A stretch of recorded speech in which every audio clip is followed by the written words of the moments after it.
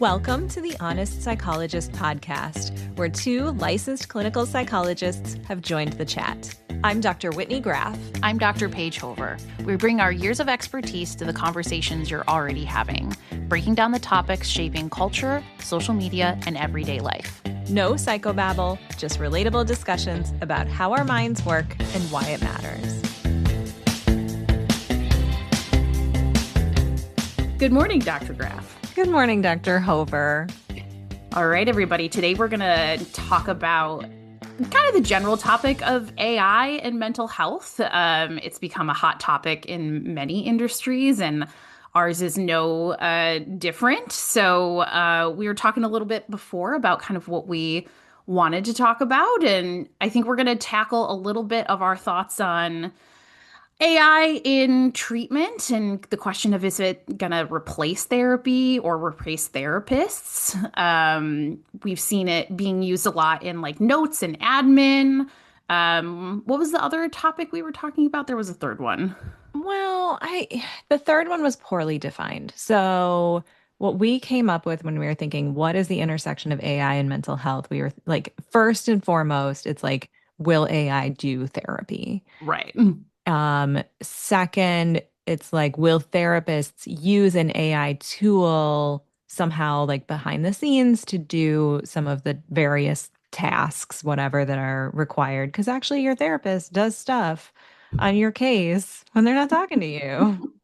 And then the third one was like, are there like people looking into like AI sort of trying to use it to be industry disruptors or are there opportunities for AI and the various things that like the various roles that a mental health practitioner plays? Yeah. Things like, coding or billing or diagnosis or I don't know.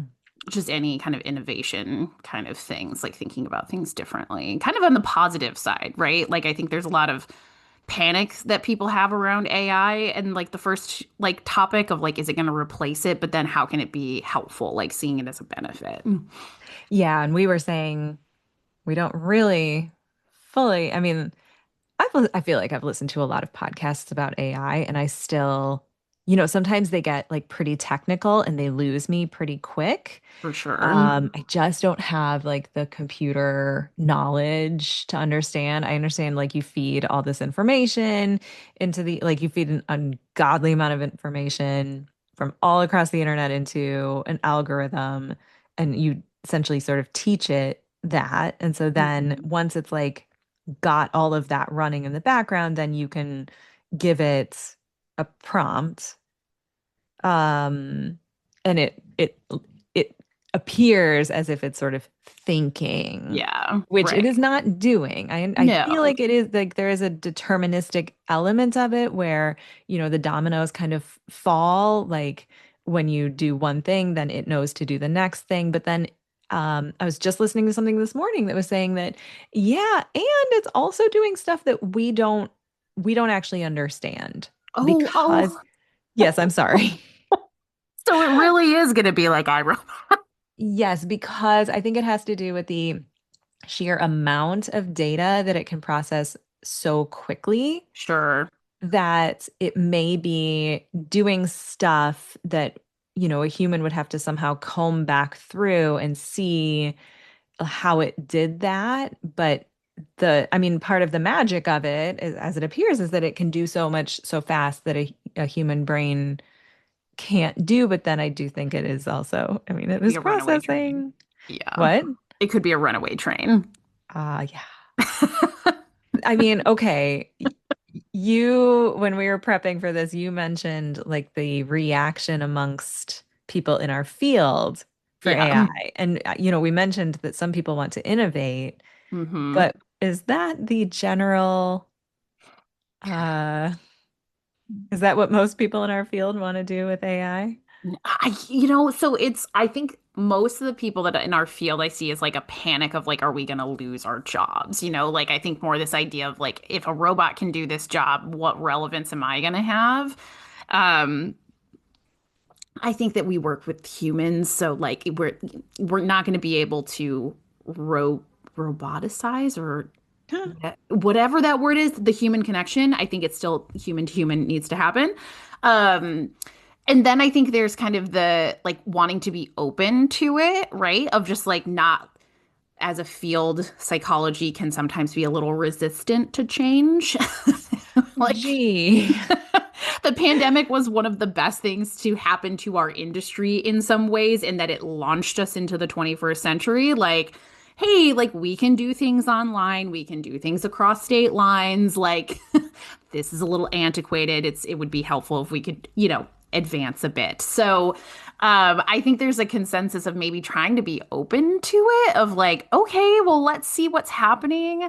And then I think there's obviously other people thinking too about the benefits of like time that it takes away, like the time it cuts in half to do an admin task, that like AI is making easier, and hoping for that to happen, because there is a lot of admin work that we do outside of session, especially if you take insurance, things like that, we really want to free up our time. So I think there's kind of a panic in some ways.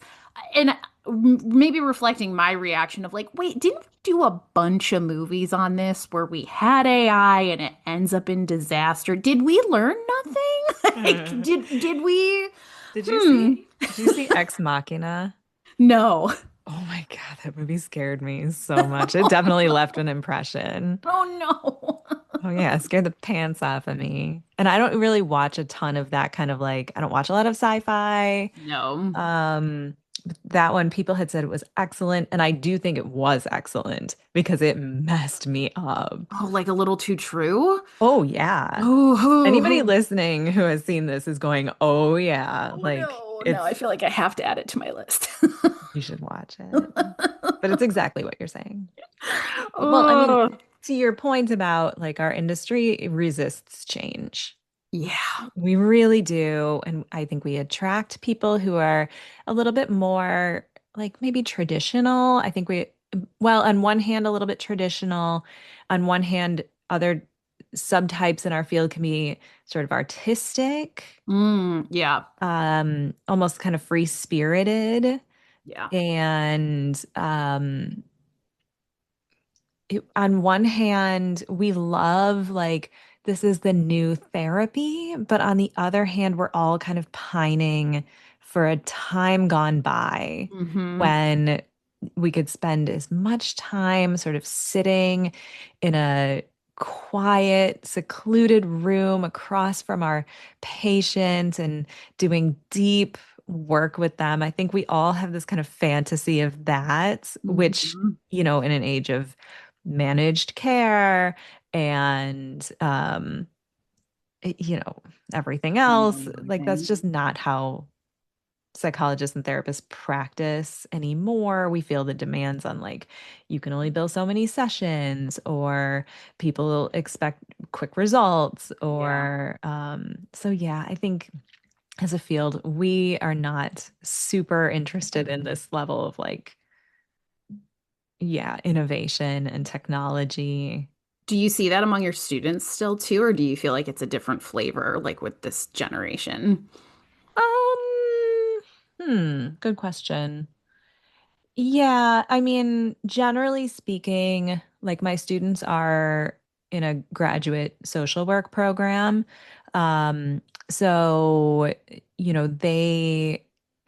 their hearts are really in it and they Mm, love people and um I generally think they just love human connection. So sure. the Yeah. idea of a machine intervening in some way would probably, I don't want to speak for them, but Sure. as a general type, you Hmm. know, that being said, those who overlap with the business school are Hmm. much more into like, how do we disrupt? What are the opportunities? That's obviously what they're being taught and everything. Yeah. Um, so That's kind yes. of an interesting point that you bring up, though, too, because I think there's a lot more recently with like the venture capitalists trying to take over mental health and trying to make it more efficient. And I think there's an aim, obviously, like in the right place of how do we increase access, how do we reduce these barriers, but you see it again and again with these like super big companies that are primarily run at the end of the day, nuts and bolts by venture capitalists, by business people,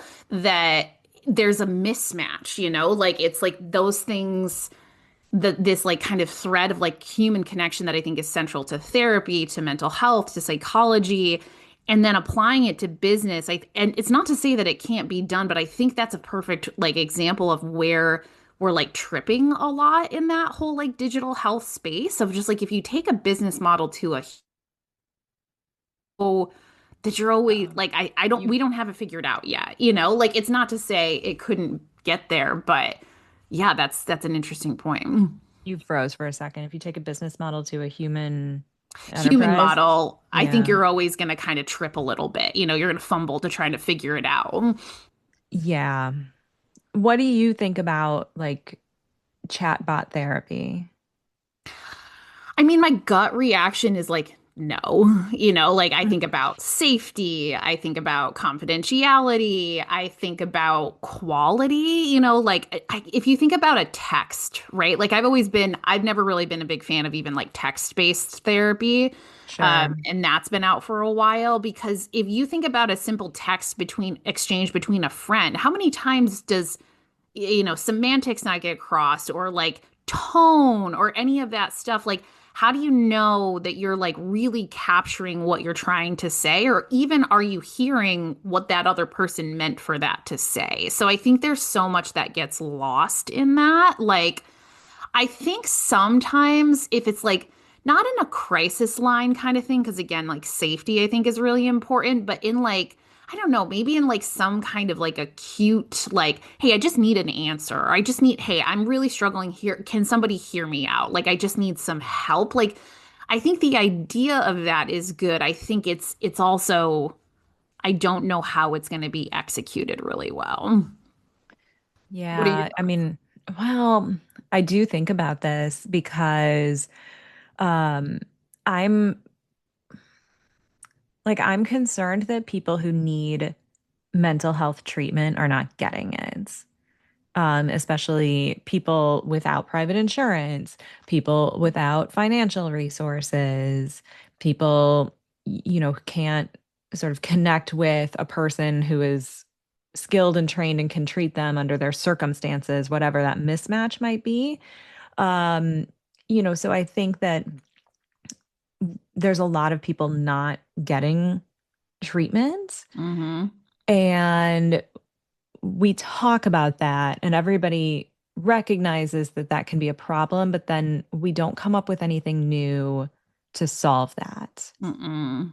Um, and Like I could see like a bot kind of or a AI kind of generated thing almost helpful as like the triage of an urgent care, like a mental health urgent care kind of thing of like, where do we need to send you? What kind of things do we, hey, we're here. Here's some like general things, kind of stuff like that, stuff that you would see in like maybe a pamphlet or like, hey, actually, this isn't, you're answering to these things. Maybe you need to go to the hospital or you're answering no mm, to these things. So maybe you just need to call this person, like, or we'll connect you. Like, I don't know, maybe that is something that's of use interesting. to that. Yeah, yeah, something to help triage. Yeah, I could see that. I kind of like that idea. Um, I also think that there's a sizable subset of people who just don't see therapy as something they would do. Yep. It's just like a image of themselves or an idea of themselves as somebody who does not go to therapy. Sure. Or like culturally speaking, like that's not something that's talked about in certain cultures or it's viewed very differently, like for sure. Yeah, sometimes when I teach, I'm just painfully aware of how culture bound psychotherapy is that For like sure. that humans have been on the planet for a million plus years. How long have humans been on I the don't planet? know. Oh God. A long time. Our education's Actually, failed a us. very little time, I guess, in comparison to the Earth, but Well, long enough. exactly. Um, how embarrassing. Um, We're not paleontologists, folks. oh my man. But, in all that time, people managed to have communities, civilizations, relationships. People had pain and sorrow, and they had happiness, and they had romance, and they had all of the, maybe not a million years ago, but in the modern era, humans have always navigated human dilemmas without the need for a psychotherapist to sit down with them for 55 minutes every week and show them how to cope with their feelings. And Yep. I don't mean to be dismissive of what we do, but I think the humility to say this is a very modern invention and people have gotten along fine without it for a long time. Like, I think it's sort of hubris for us to come along and sort of say, like, none of you can cope with your grief without our professional services. Hmm. Yeah. Um, and if I have students who are in my class but who originate from another country, I'm aware of the fact that there are plenty of other places on our planet where people deal with their, sorrows and tragedies without sitting down across from a trained therapist. So, Sure. Yeah. I do think about that all the time that we cannot see ourselves as being like the be all end all of how helping people deal with emotion. There has to be a wide range of ways that people deal with emotion. So Right. if somebody's saying I will never go to therapy, I say fine. Yeah. Okay, I that does not offend me in any way, honestly, at this point. And No. so I do know, like, I have friends who will say, like, yeah, I just like put it into Chat GPT and I was just chatting with Chat GPT this weekend. Yep. Do you know anyone who does that? I don't think anybody offhand that I've asked or that we've talked about it, but I know that it's there, like there is, I think there's something that is appealing to the Chat GPT stuff because I think it's some things that people crave or like direct or like right there. Like can we just not beat around the bush with this? Like what's going on? So I think that there can be an appeal to that like directness and ease of access. And I think that as much as I think sometimes, I wouldn't say I'm generally not team AI for mental health, but I think that I would definitely say that, like what you were saying, of like this is a modern problem, and it does seem like there's a bit of this that's a modern solution, right? Like this is kind of like okay, like maybe we need to embrace this a little bit, and I don't think it's going to replace the human connection if that's really what you want. But I think for certain tools and things like that, it can be useful as long as we're crossing our T's and dotting our I's. Like it does make me a little nervous of the like, yeah, we don't 100% know how it works. And it's like, oh wow, like we're putting like human information and personal data like into this bot. And it's like, oh, okay. Oh yeah. I mean, that makes everybody nervous. If they're thinking about it, like we should probably be a little nervous about it.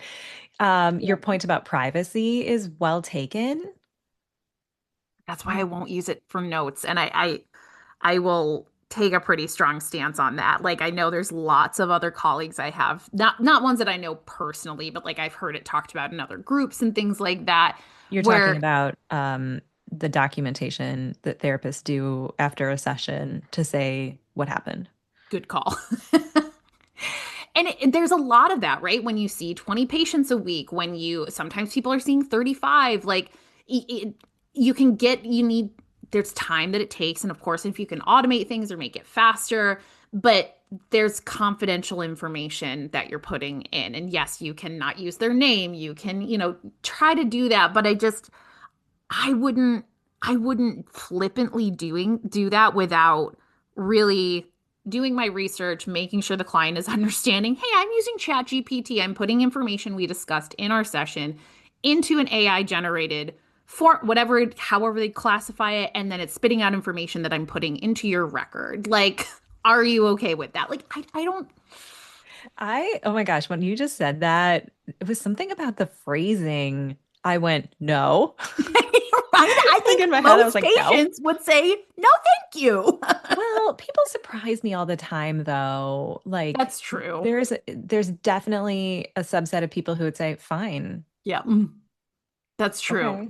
Yeah, People just vary so much on what, like, how private they want to feel, you yeah. know, because I was just reading about this. There's some research that's been done using Twitter posts where they were able to analyze something like hundreds of thousands of Twitter posts. Oh, wow. And they can do something where they can tell the affective state. So meaning like how the the Twitterer, what The the tweeter?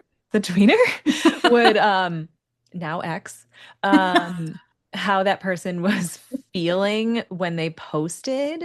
And so if Wild. I know. And so if they can like deduce, this user was feeling increasingly sad, and then usually they'll use a string of posts that include something like, um, guys, I'm so depressed right now. And so it like Mhm. confirms what it is. And then they can measure like that person's affective states in Wow. future ones and can see that actually posting your feelings a lot of times makes people feel better.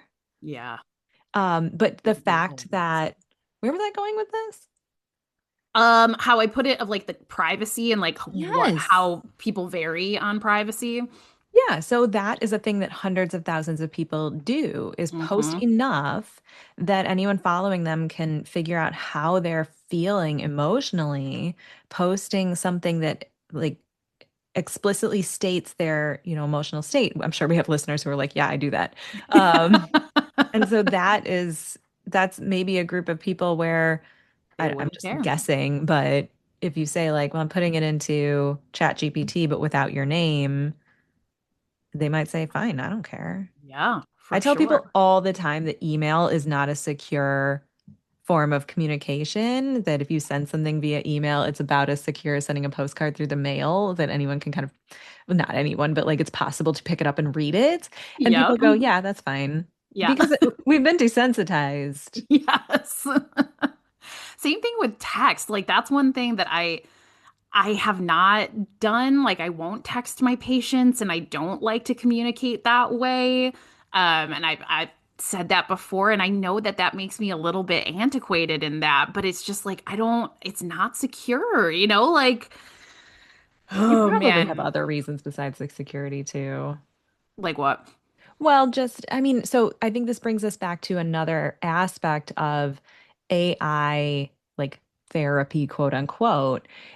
If you're texting with your patients, that's time that you're spending. Yeah, fair. And it's probably coming in at irregular intervals. Your phone is just pinging, and it could be a patient, and maybe you just sat down to dinner. Mhm. Um, and it's one of the things that has eh, disturbed me about some of the big, I'm not going to name them, but like the big companies that advertise like therapy for all, is that there Mhm. are human therapists where we're putting demands on them. Yep. See, do all these hours a week, make yourself emotionally available to another person for all of these hours a week, and be available to text back and forth at irregular intervals whenever needed. Like that's an incredible demand on a Mhm. person. Yep. And For maybe it sure. bears repeating that, like, when therapists are doing therapy, you have their entire undivided attention.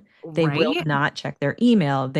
Will not see their texts. They will not allow their mind to go to their grocery list because they will bring it back if it does to what Yep. you, the client, are talking about. You are getting their full undivided attention. Yep. Think about all the meetings where you might multitask while other people are talking. Therapists do not do that. Yeah. So those hours are quite demanding. And so the idea that we could have some sort of large language model serve as the other side of the conversation where we're not taxing a human, I don't Hmm. know, it interests me. Yeah. I'm No, I intrigued by agree. that. Like it could help with boundaries, right? Like this idea of like here's some things, or even I don't know if this is a technology yet, but like if it's something that would be even individualized, like if you had a therapist that you saw in person or remotely, whatever, but you had a human connection with them, but then, hey, here are some things that we talked about. I'm going to input that into this system so that if you have any questions, or hey, we didn't really get to dive into this, but if you're thinking about it, I'm going to input these things in here. So if you text it, it can give you some information. Or these are the goals we talked about. So if you check in with that, it checks back kind of stuff, and I can use that Hmm. information later. Like, I think there are a lot of ways to use this to really benefit that I think that people would like. I think another thing where people can gravitate, providers and patients alike, to this stuff is convenience, right? Like, this is much more convenient to be able to just check in really quickly or to send a text or, to like all this other stuff. So I think it absolutely, I can see the appeal for it. It's just, there's way too many AI movies, sci-fi movies out there where we don't understand the technology fully. And then it's like, oh, hey, now it's a problem. So like, let's just check in with that. like, Oh, I like, mean, go ahead. I was just going to say, don't get me wrong, robot armies are my nightmare. They just are. You were going to say something else. Well, and I think that sometimes it grows faster than we can really like know, like it's just like, okay, whoa, this like we didn't really think about like we didn't see this coming, or it grew too fast, or like all this other stuff came up where it became kind of a runaway train without that intention. But yeah, I mean, I think I just in general, I don't want to be one that reacts to new things with like doom and gloom, because I see that like the panic of like, oh my God, we're going to lose our jobs. I've seen many times on a Facebook post where colleagues have said, is therapy or is mental health, no, not mental health, psychology going to be irrelevant because of AI? I'm like, What would that no, like if mean? nothing else, like maybe we'll have jobs of inputting information into the AI. We have to adjust. It's not going to erase psychology as a as a field. So I don't Well, want to panic like that, but I also don't want to be I don't want to jump in too fast with any of that stuff. no, I mean, I think that's a very prudent and measured, response. I mean, that's like, yeah, I think that's something that I really respect is like, let's not be reactive and panicking and not, and be sort of like in our feelings about it necessarily. And those feelings do inform something, which is like, ooh, there could be some, like, there's definitely reasons to be cautious. So, Hmm. kind of having a little bit of both on that, what would it even mean for psychology to be irrelevant? Aren't we still going to be people with psychology walking around? I don't know. I mean, when you like, I mentioned Ex Machina, but there's also that movie Her. Oh yeah, I never that was on my watch list for a bit, but I never got back to it. Mm. Man, are you falling short on these I sci-fi know, I know. It's movie not, watch it's lists? always like a, hey, that sounds good, and then I never get You to never it. saw that one? Okay. And No, that was the no. one where I think, isn't it Joaquin Phoenix is Yeah, and and he's Scarlett got, Johansson. yeah, and he's got his chatbot who, is almost like a partner. Yep. And I mean, talk about prescient, it- your original point about it can never replace human connection, I guess is sort of like, well, can it? I don't know. But you have a valid point there that Hmm. many people, many psychologists are concerned about loneliness, disconnection. I'm concerned about that Yeah. not being in the same room as a breathing human in I mean in all the complicated ways that interacts with us, even just like our mirror neurons picking up what the other person is doing faster than we can be aware of it. Hmm. Like what it means to kind of uh share oxygen, like share we're Hmm. putting out pheromones and we're interacting with each other's biology just by being near each other. Hmm. So I am one of the people who is concerned about human disconnection loneliness. It drives me crazy when I go somewhere and I place my order on a touch screen and then my order pops out on, a ledge somewhere. And I didn't even talk to a cashier to order my broccoli cheese soup, you know. Right? Yes. I I get I get really depressed when my soup just comes out and like there was no human interaction involved in that.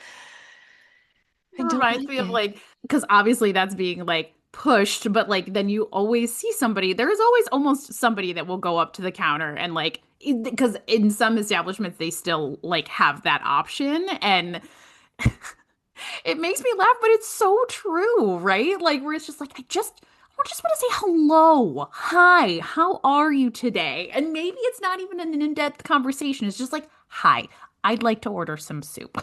Exactly. I mean, this is all beside the point of like now you're employing fewer people. Yep. But, I mean, my favorite distress tolerance skill, because I think I'm prone to irritability myself, is opposite to emotion action. And so when I am in a cranky mood, I will compliment my cashier. I find Oh, or if I don't have anything naturally that I want to compliment them about, I'm not gonna like make something up. If sure. I if a compliment doesn't come to mind, then I will just ask them how they are doing. Because they usually say like, "Hi, how are you?" And I'll actually answer, and then I'll say, "And how are you?" And Hmm. like my irritability really does just go down. Nice.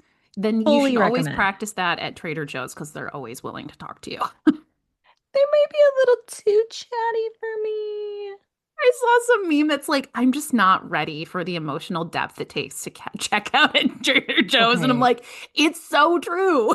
Yeah, that's maybe a little more than I'm because it's sometimes that can feel actually intrusive. Now, we're off topic now, but yeah, when they're like, "What else you got going on today?" I'm like, "Oh man, I don't really know you." So like that's kind of I mean, maybe it's on the topic of privacy. I'm like, "Oh, that's kind of my business." You're Like I don't right, right. so Sure. that can feel like a little much, but just like I don't know, just those moments of humanness. Hmm. You're like, Well, it reminds me, this is a silly example, but how like certain home decor trends like eventually come back, where it's like, oh man, I don't want everything to be cold and automated. I want warm and I think the trends that I've seen more like in the past like couple decades of wanting things to be more authentic or homemade, right? Like if you look at like the 50s and the 60s and the 70s, it was the rage to be able to just pop a dinner in the microwave and have it be done. It was automated for you, it was taken care of, and now we've gone back to no, I want the homemade. I don't want the pump syrup that you ordered for my coffee. I'd like you to make it by hand, So I think this does come back around. basic. I'm just kidding. It's true.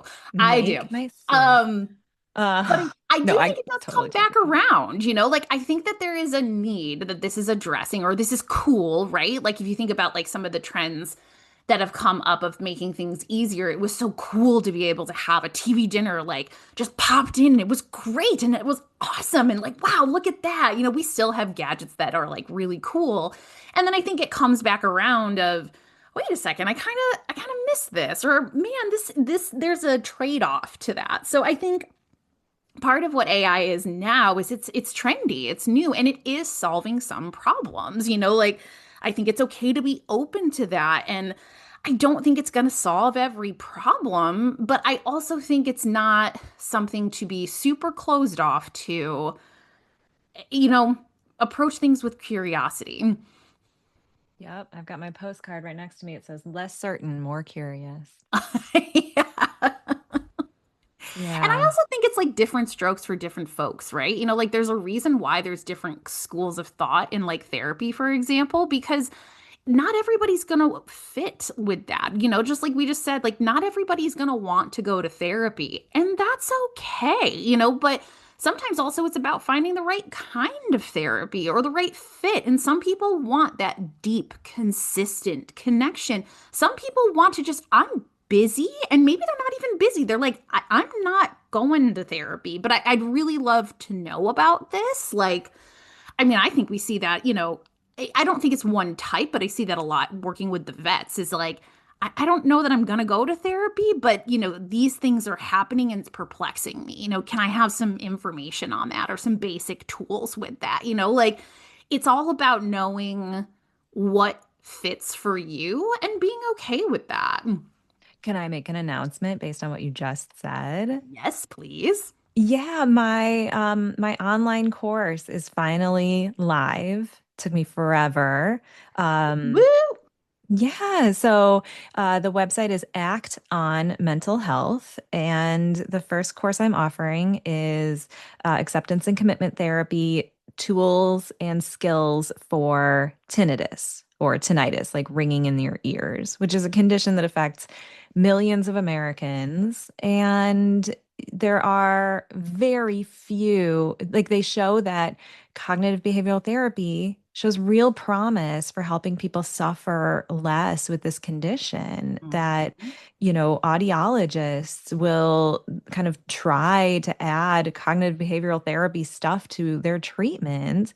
And I shouldn't say no, there's very few CBT therapists who can work with a person with tinnitus. So that was the idea I had, was to make like an online course that will walk you through some skills and apply them to this condition that makes a Mhm. lot of people miserable. So And 20% off for the time being. woo woo. We'll put Yeah. it in the show notes. But I think that also like that's a great example of what we were talking about today. Like you're using some kind of technology, you're trying to make things a little bit more accessible. We're trying to step, I think, psychology, mental health into the 21st century. Like that's a great thing to have an on-demand course that intersects in two different kinds of ways, right? Audiology and psychology, like there's overlap there. And I think that's too where if anybody's ever nervous about what is going to happen to our jobs, like we have a knowledge base that is applicable in many different ways. And I think that your website and your idea, I think, has always been a nice blend of that and a nice reminder of like, no, like if this is actually, I can just apply this same knowledge in a different format or to solve a different problem. Yeah, I get really concerned about the reach, Mhm. that one-on-one traditional psychotherapy is really hard to scale Mhm. because you could only have so many therapists and they only have so many hours in their week or so much energy. So if we have to have this kind of one-on-one support, we are limited in how many people we can reach, and there are plenty of people not getting anything. Mhm. So I'm in favor of, finding new ways to expand our reach. And my website is not an AI tool, so just to be No. extra clear about that. Right.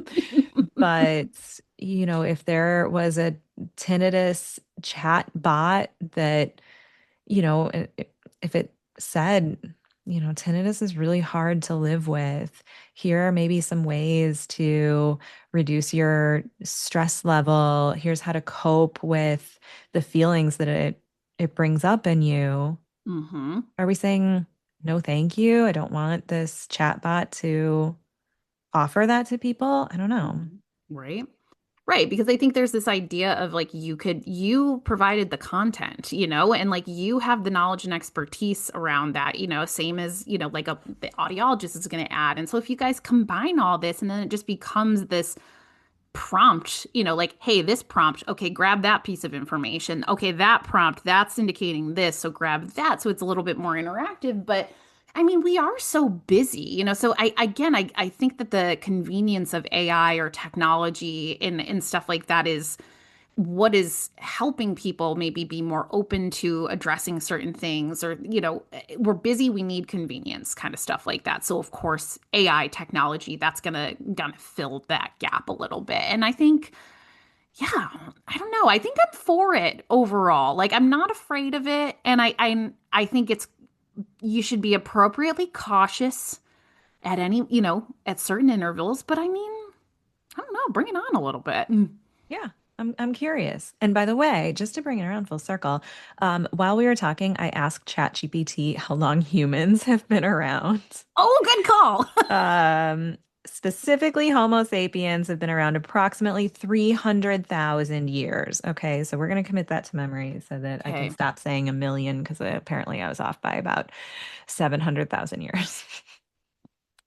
Though, I do No have the one biggie. final thought, though, is like, how this is, I don't know much about it, but how is AI different than Google? And Google has become, like Google, when it first came around, I don't think people were necessarily cautious, but like it's this information bank, right? That we're going to, this infinite information bank, that's there. And I obviously, I mean, think there's some other differences, but kind well, of I feel like it's the new Google. in a case like this, instead of taking me to websites that would potentially answer the question where I would see the context of like what website I'm looking at and then look on the website and see what that website's point of view is. It just told me. And so this could be wrong Oh, right. because it made a decision, quote unquote. I don't know if it can make a decision, but it selected an answer based on the information that it can work through to give me the 300,000 year figure. And Right. if this was something that maybe isn't fully agreed upon, then I would have less trust in what it spits out to me. I mean, I could also Google this. I am fairly certain that that's probably, pretty But close to even accurate. Google is like the same thing, right? Like it would, I remember, even like 5, 10 years ago, like the top hit usually would be something from Wikipedia, but Wikipedia is not fact checked 100%. It could be wrong, like, so Google's the same idea of just like, hey, here's these websites, this, they're not saying it could be wrong, like they're just like, hey, this is the information I found. So again, I think it's always taking this stuff with a grain of salt and like, thinking that through and just like, okay, well, that's what ChatGPT said. We don't know if that's 100% fact, like just like if we're going to use that to provide services to humans and address their mental health, like, yeah, it could be wrong, like, Yeah. To your and point about safety, like if the person is in crisis and this could be a life or death thing, we don't want to have a lot of margin of error there. nope. So yeah, so for example, I just typed it into Google, and if I ignore the Google AI that comes up at the top now, Yeah. I've got a Reddit thread that quotes me 200,000 to 300,000 years. I've got Wikipedia that gives me 300,000 years. I've got Smithsonian Magazine, which gives me anywhere from 100 to, oh, that's a different answer. See, now I would have to, I'm opening Smithsonian Magazine timeline. Now I'm scrolling through. So this is kind of the difference is it did this summarization for me. Mhm. Populationreferencebureau.org. It says, because we have existed on Earth for approximately 200,000 years. So that's actually a different number. So Sure. yeah, so I think that's, It's an example of what is AI, and if you're going to use that to address your mental health, or we're going to use this as a field to address mental health, like it's imperfect, and that's okay. But just be well, aware it's imperfect. I guess so are we. That's true. That's what I was thinking earlier. It's like we were errors too. Yeah, human So then does therapists it make bring it back mistakes to all like, the wait, time. is it really going to replace us? Oh, we're such a couple of noobs. Oh gosh. All right, folks. Well, I think we're going to wrap up on that note. We kind of touched on those topics. We hope that you took something away from this, and then we look forward to chatting a little bit more and having you tune in next time. Yeah, talk to you then. All right, take care. Bye.